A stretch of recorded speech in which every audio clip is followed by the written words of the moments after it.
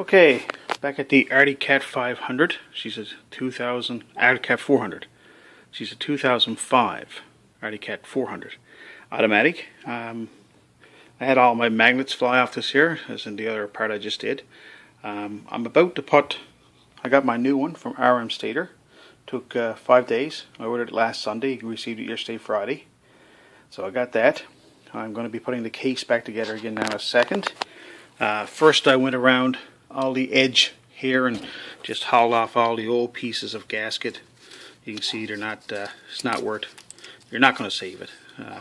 It's a $19 gasket. That was just another part I had to buy. So I'll clean off the gasket there in a minute. I've still got to clean all the surfaces. You can see that there's still lots of gasket under.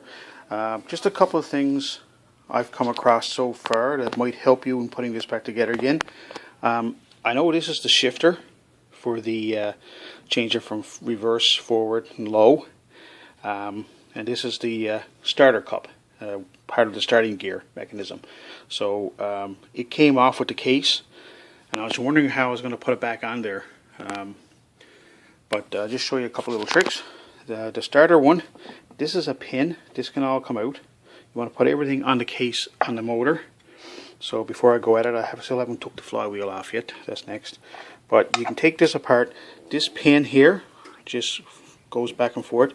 So you look up there where it belonged. You can follow it. There's no washers or anything. So I just stuck that in there. It matches in there good. On the shifter gear, there's one marked here. There could also be a little dent in that tooth right there. And because I'm looking at this from behind, I got to take this up. There's a little washer here, so be careful. There's a washer on that one, and there's a washer down below. But this will come right out, and you'll recognize the splines from your starter, from your shifter.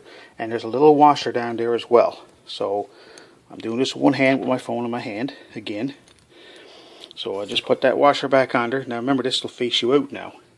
And if you look on the other side, see that little dent in the teeth? That matches with that white tooth. So there'll be something there to line it up. In my case, they painted it white from the factory, I'm assuming. And so what I did was I lined up that dent with that tooth, and that should sit in there like that. So now when I go to put my case on, the only thing left in there is the stator and the pickup coil. This bearing stays there.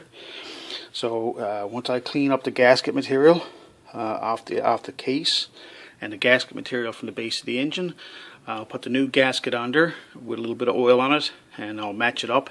That's of course after I put the new magnet back in, the new flywheel.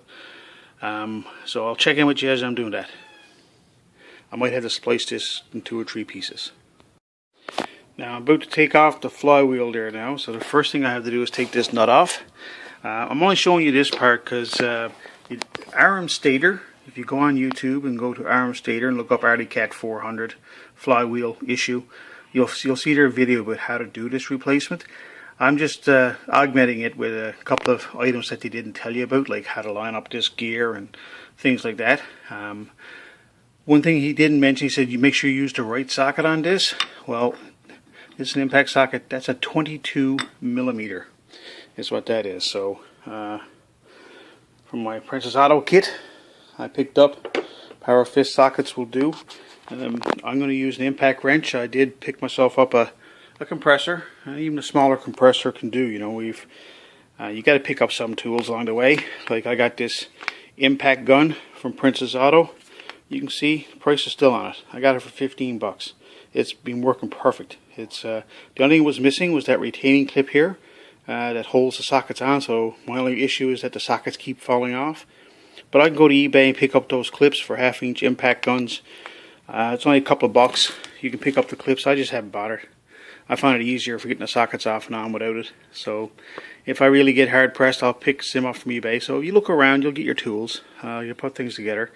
I figure sometimes the way I purchase tools is, will I save enough money doing it myself that I can warrant purchasing a tool? Then I got a tool for a long time or for life. Anyway, hope that also helps. For the rest of this, use the RMStator video on YouTube. I found it very helpful to get the rest of this done. I can't think of any steps left out other than that between that and my videos. Thanks. Bye. Okay, another tip for you. Like I said, I bought the this is an $80 tool puller for this flywheel. Had it all installed there. Just spinning it with my impact gun, and it wasn't coming off, and I was wondering why. And when I look back, this one here was spinning, and usually it shouldn't spin because of the one-way clutch bearing behind here, but it was. So kind of wondering if, no, it won't go that way. See, it'll spin this way. So this was spinning separate from this. So all I did was I got my impact going, and I put my finger on this. Now watch you don't jam your finger somewhere, but I put my finger here, and that was enough. That just a couple of pops with the impact wrench, and off it came. So this is loose there now. It doesn't look like it, but it is. And I'm going to haul that off.